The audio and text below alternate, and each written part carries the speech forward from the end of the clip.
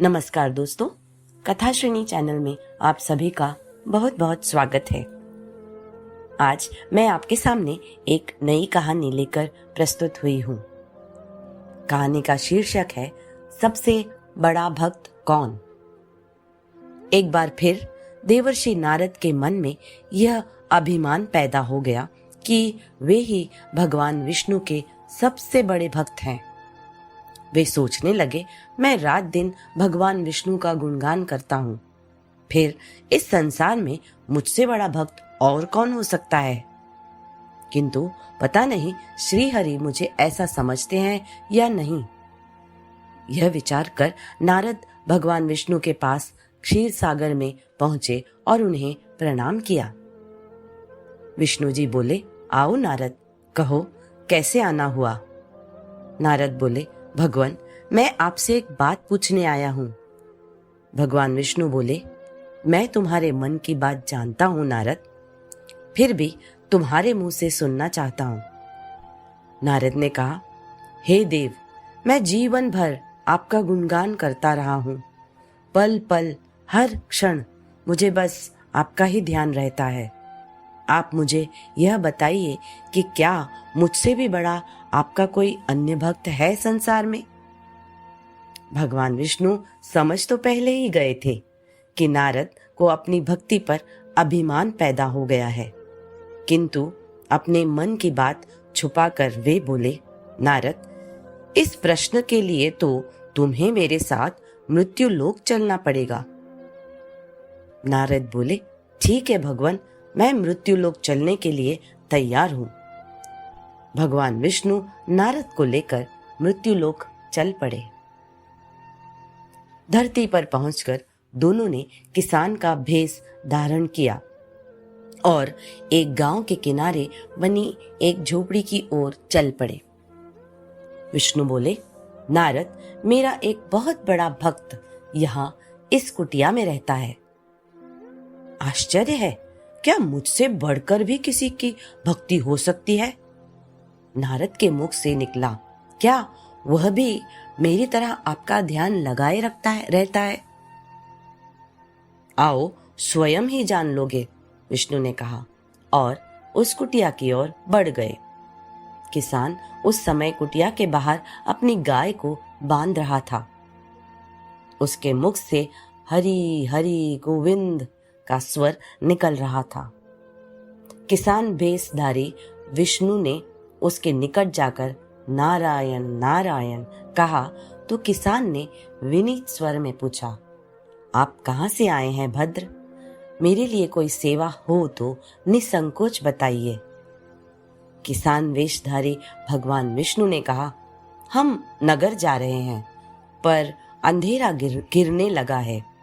One में जंगली पशुओं का डर है, इसलिए रात भर आश्रय चाहते हैं। किसान ने प्रसन्न भाव से कहा, मेरी कुटिया में आपका स्वागत है भद्र, और जो रूखा सूखा घर में है आपके लिए प्रस्तुत है। भगवान ने मुझे आप लोगों की सेवा करने का अवसर दिया है, बड़ी कृपा है उनकी। बाहर दालान में एक खटिया पर दोनों को बिठाकर किसान अंदर गया और अपनी पत्नी से कहा, देवी, 2 अतिथि आए हैं। किसान की पत्नी उस समय अपने बच्चों को भोजन परोस रही थी।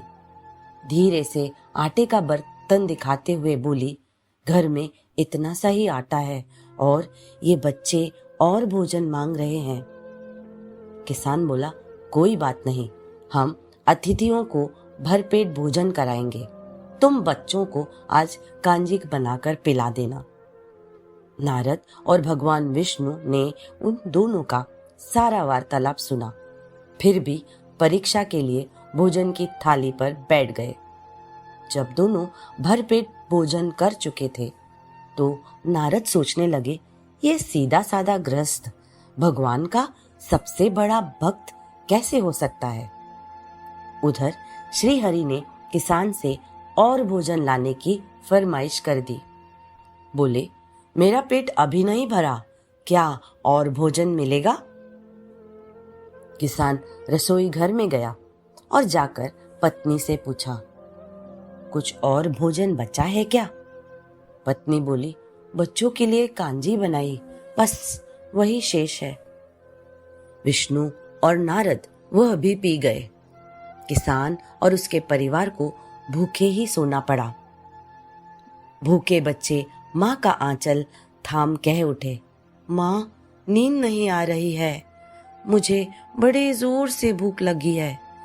पिताजी ने उन अतिथियों को कांजी भी क्यों पिला दी? किसान ने बच्चे के सर पर हाथ फेरते हुए कहा, अतिथि को भोजन कराया स्वयं विष्णु भगवान को भोग लगाने के समान है बेटा। बाहर दालान में दोनों अतिथि अलग अलग बिस्तरों पर लेटे हुए थे। भगवान विष्णु ने कहा, तुमने सुना नारद, किसान और उसके परिवार को भोजन नहीं मिला, फिर भी वह मेरे गुण गा रहा है। यह तो कुछ भी नहीं है, मैंने तो कई कई दिनों तक भूखे रहकर आपका स्मरण किया है।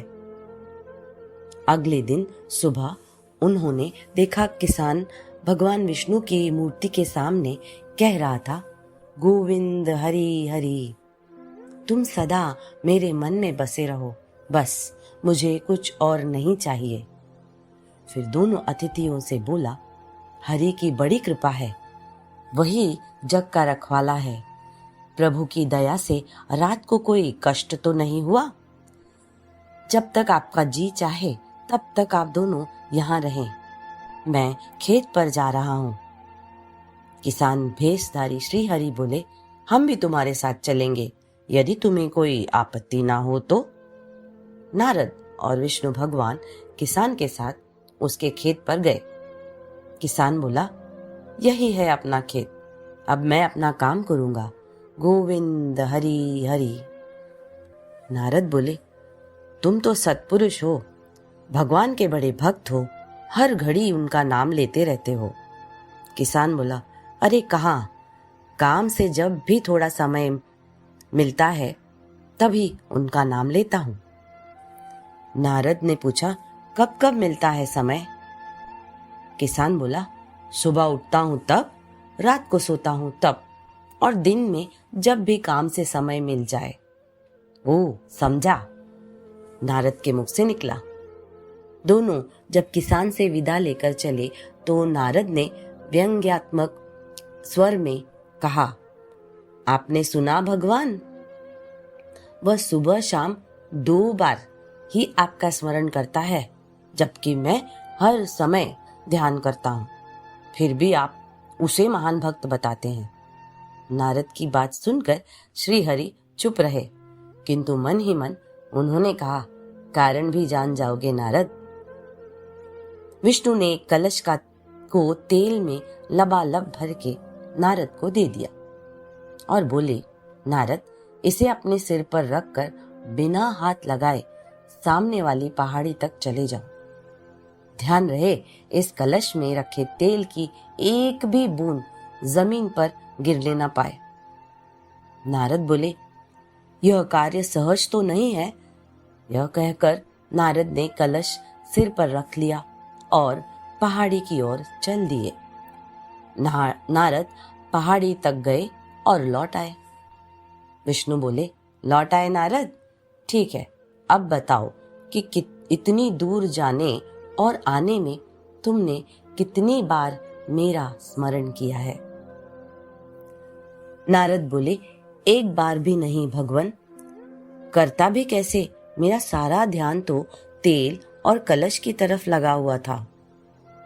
श्री हरि बोले, तब तुम ही सोचो, वह किसान दिन भर कठिन परिश्रम करता है, फिर भी 2-4 बार मेरा स्मरण जरूर करता है, और तुम एक बार भी मेरा स्मरण नहीं कर पाए। विष्णु की बात सुनकर नारद के अंतरचक्षु खुल गए। वह श्री हरि के चरणों में गिरकर बोले, मान गया प्रभु, जो संसार के झंझटों में रहकर भी आपका स्मरण करते हैं, वे ही सबसे बड़े भक्त हैं। प्यारे दोस्तों, आशा है आपको ये कहानी जरूर पसंद आई होगी।